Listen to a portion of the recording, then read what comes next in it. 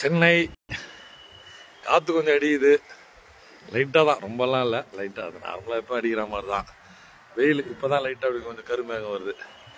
பார்த்தீங்கன்னா வெயில் இந்த டைரெக்ஷன்லாம் வெயில் அப்படியே வானம் ஃபுல்லாக கிளியராக தான் இருக்குது, ஒன்றும் இது ஒன்றும் இல்லை. நேற்று காலையில் அந்த லைவ் போட்டேன் இல்லையா மாட்டியில் வந்து, லைவ் போட்ட கொஞ்ச நேரத்துக்குலாம் நின்று போச்சு. சும்மா அப்படி பெய்யறேன்னு சும்மா அப்பப்போ அரை மணி நேரத்துக்கு ஒரு தடவை சும்மா அப்படி பன்னீர் தெளிக்கிற மாதிரி வந்து தெளிச்சுட்டு இருந்தாங்க, அந்த மாதிரி இருந்துச்சு. செம கடுப்பு. ஆமாம், காலைல கொஞ்ச நேரம் அந்த 9 மணி போலலாம் கொஞ்சம் ஓரளவு பெஞ்சு தரையில் கூட ரோலில் கூட ஒரு அரடி தண்ணி வந்ததுன்னு கூட சொல்லியிருப்பேன்.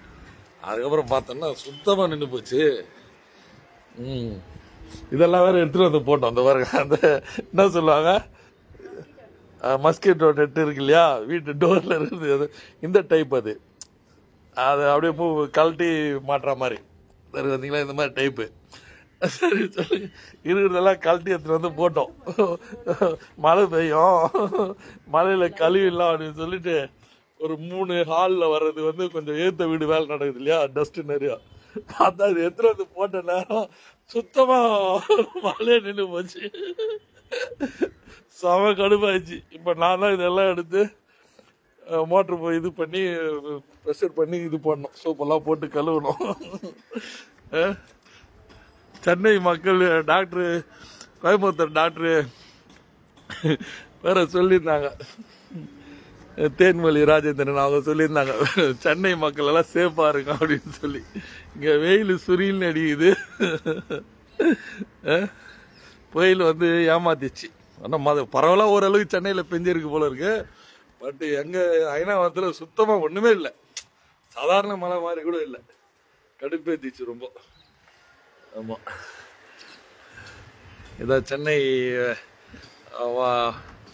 ஐநாவரம், சென்னை ஐநாவரத்தில் வானம். ஆமாம், காலையில தூறல் கூட இல்லையே, எனக்கு தெரிஞ்சு நேற்று மதியத்துக்கு மேலே தூறல் கூட வரல சென்னையில் எங்கள் ஏரியாலெல்லாம். சும்மா வானம் மட்டும் இந்த மாதிரி மூடிட்டு இருக்கிற மாதிரி இருக்குது, அப்படியே பாஸ் ஆகி போயிட்டே இருக்குது.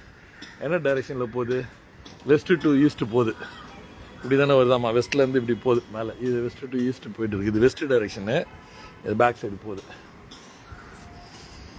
ஒன்றும் மழை வந்து முக்கியமாக தேவை சென்னையை பொறுத்தவரை. ஏன்னா என்ன ரீசன் சொன்னால், சென்னையில் வந்து நம்ம தமிழ்நாட்டில் இருக்கிற 20-30 மாவட்டம் இருக்கா, 30-35-40 மாவட்டம், அப்படியே ஒரு மாவட்டத்தையும் பிரிச்சுட்டு வராங்களே, 40 வச்சுப்போமே. 40 மாவட்டத்தில் பெரும்பாலும் அதான் எல்லாருமே எல்லா மாவட்டத்தை சேர்ந்தவங்களும் சென்னையில் தான் இருக்காங்க. சென்னையுடைய மக்கள் தொகை, உண்மையான மக்கள் தொகை எவ்வளோன்னு தெரியல, அது கோடியை தாண்டும்.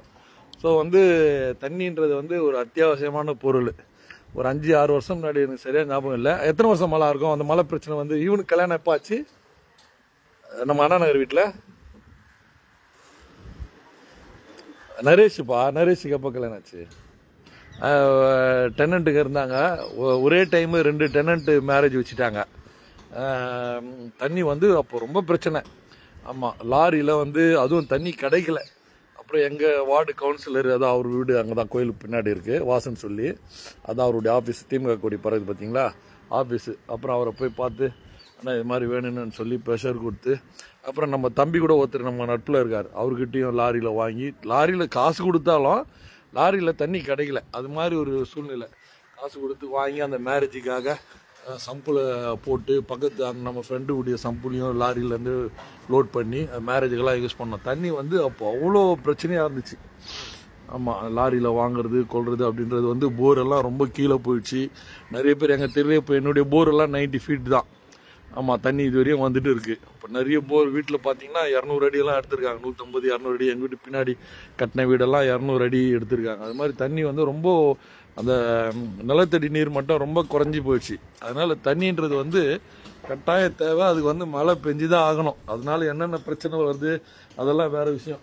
தண்ணி வந்து கட்டாயம் தேவைப்படுது, அதனால வந்து மழை வந்து தேவை, அது முக்கியமான விஷயம். அது புயலாக வருதோ, இல்லை சூறாவளியாக வருதோ, சூறைக்காற்றோட வருதோ, இத்தனை பேருக்கு பாதிப்பாகுதோ, அதெல்லாம் வேறு விஷயம். தண்ணி இல்லைன்னு சொன்னால் நாரி போயிடும்.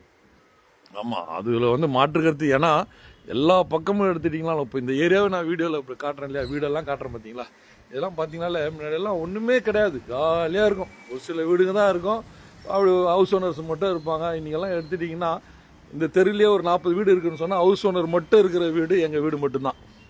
மீது எல்லார் வீட்லேயுமே கம்பல்சரி டெனண்ட் இருக்காங்க. கொச்சன்னு ஒரு வீட்லேயும் பார்த்தீங்கன்னா 8 கொடுத்தணும் 10 கொடுத்தணும். வந்து பாருங்கள், இந்த பில்டிங்கில் பாருங்கள், 1 2 3 4 5 மாடி 5 கொடுத்தணும் இருக்குது.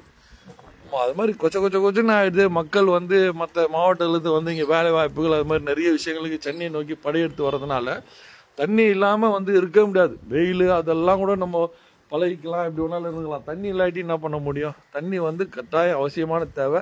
இந்த விபச்சார ஊடகங்கள்லாம் இந்த மலையை வந்து பெரிய லெவலில் பில்டப் பண்ணியெல்லாம் கொடுக்குது. அதெல்லாம் அதை கண்டுக்க கூடாது. இப்போ இந்த தெருலேயே எடுத்துட்டோன்னா இன்றைக்கி வந்து சென்னை இந்த அயனாவரம் சரௌண்டிங்கில் பார்த்தீங்கன்னா உயரமான தெரு எங்கள் தெரு தான்.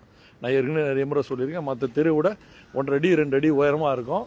மற்ற தெருலலாம் தண்ணி நிற்கும். நம்ம தெருவில் தண்ணி நிற்குதுன்னா அங்கெல்லாம் இன்னும் அதிகமாக நிற்கும். அது மாதிரி உயரமான தெரு. ஆனால் இந்த தெருவே ஒரு 30 வருஷத்துக்கு முன்னாடி எனக்கு நல்லா ஞாபகம் இருக்குது. சுருளிராஜன் இறந்தப்போ வீட்டில் இருந்து கடைக்கு போயிட்டு ஏதோ வாங்கிட்டு போது இடுப்பளவு சின்ன பையனாக இருப்பேன். அதுலேயே ஒரு இடுப்பளவு மார்பளவு தண்ணியில் தான் நடந்து போய் அந்த பொருளை கை மேலே தூக்கிட்டு வாங்கிட்டு வந்திருக்கேன். அது மாதிரி அதெல்லாம் தவிர்க்க முடியாது. ஒரு இதுவும் மாறும்போது இப்போ நீ நம்ம வந்து உயரமாக வீட்டை கட்டியிருக்கோம், உயரமாக வந்துச்சு. இப்போ இங்கே எங்கள் தெருவிலேயே ட்ரைனேஜில் ரிட்டர்ன் ஆகி நேற்று ஒரு 10 வீட்டுக்கு மேலே தண்ணி உள்ளார வந்துச்சுன்னாங்க.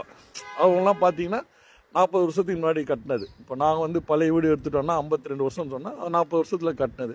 ஸோ ஆர்டர் பண்ணுறவங்க இப்போ இந்த வீடு தேப்பில் இருக்கு இல்லையா, இந்த வீட்லேயே வந்து போன மலைக்கு தண்ணி வந்துச்சு, ஒரு 1.5 அடி தண்ணி வந்துச்சு. ஆனால் அது பழைய வீடு. ஸோ டவுனில் இருந்தது போயிடுச்சு. இப்போ இவங்க கட்டும்போது பேஸ்மெண்ட்லேருந்து ரோடு மட்டத்துலேருந்து பேஸ் மட்டம் எவ்வளோ போட்டிருக்காருன்னா 6 அடி உயரம் தூக்கியிருக்காங்க. எவ்வளவு? 6 அடி உயரம். இந்த ஏரியாலேயே அந்த அளவுக்கு ஹைட்டு தூக்குறதில்லை, இவங்க தான் ஃபஸ்ட்டு தூக்கியிருக்காங்க. பேஸ் மட்டத்துலேருந்து 6 அடி உயரம், ரோடுலேருந்து பேஸ் மட்டம் மட்டும். அது கார் பார்க்கிங்காக கொஞ்சம் டவுனாக இருக்குது அந்த ஸ்பேஸு.